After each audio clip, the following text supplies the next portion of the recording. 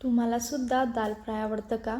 चला तर मग लगेचच आपण दाल फ्राय बनवायला घेऊ. पण त्याआधी तुम्ही जर चॅनलवर नवीन असाल तर चॅनलला सबस्क्राईब करायला विसरू नका.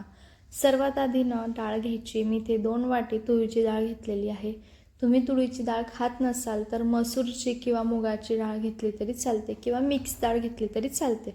डाळ स्वच्छ धुवून घ्यायची आहे. त्याच्यामध्ये पाणी टाकायचं आहे आवश्यकतेनुसार आणि झाकण लावून 3 ते 4 शिट्टी काढून घ्यायची आणि डाळ छान अशी शिजवून घ्यायची. बघा डाळ मस्त अशी शिजली की आता तेल गरम करायचं आहे. तेल गरम झालं की त्याच्यामध्ये मोहरी टाकायची आहे, जिरं टाकायचं आहे. जिरं छान असं तळतळलं की त्यामध्ये लगेचच लसूणसुद्धा टाकायचं आहे. लसूण थोडासा असा परतून घ्यायचा आहे. त्यानंतर हिरवी मिरची टाकायची आहे. इथे मी 2 ते 3 हिरवी मिरची बारीक अशी कट करून घेतलेली ती टाकली आहे. थोडासा कढीपत्ता टाकला आहे.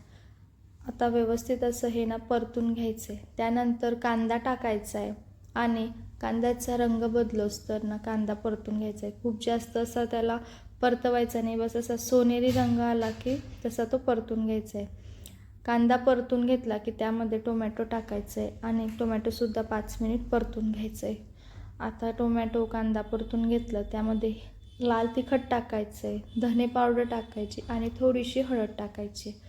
गॅसची फ्लेम कमी ठेवायची, नाहीतर तिखट जळू शकतं. गॅस कमी करून हे सर्व मसाले परतून घ्यायचे आहे. सर्व मसाले परतून घेतले, त्यातला कच्चेपणा गेला की त्यामध्ये डाळ टाकायची आहे. जी डाळ शिजवून घेतलेली होती ती याच्यामध्ये आता टाकायची आहे. ही मी गावरानी डाळ इथे वापरलेली, त्याच्यामुळे त्याच्यामध्ये थोडंसं असं त्याची साल आलेली आहे. आता डाळ मस्त अशी मिक्स करून घ्यायची. डाळ थोडीशी घट्ट आहे तर त्यामध्ये आवश्यकतेनुसार पाणी टाकून घ्यायचं आहे. आपण दाल फ्राय बनवतोय त्याच्यामुळे ते थोडंसं घट्ट असतं, खूप जास्त पातळ नसतं. चवीनुसार मीठ टाकायचं आहे, मिक्स करून घ्यायचं आहे. त्यानंतर मी 1 चमचा गरम मसालासुद्धा टाकलेला आहे. तुम्हाला गरम मसाला टाकायचा असेल तर तुम्ही नाही टाकला तरी चालेल किंवा याच्याऐवजी तुम्ही दाल फ्राय मसालासुद्धा भेटतो तो टाकला तरी चालेल, त्याने चव अजून छान लागते. आता डाळ मस्त अशी उकळून घ्यायची आहे.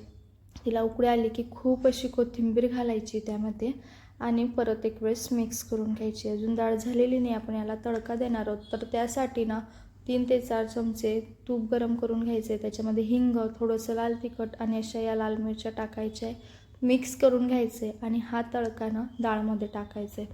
या तडक्यामुळे चव अजून खूप छान येते. त्याच्यामुळे असा हा तडका बनवून नक्की टाकायचा आहे आणि मिक्स करून घ्यायचं आहे. बघा खूप छान ही डाळ लागते.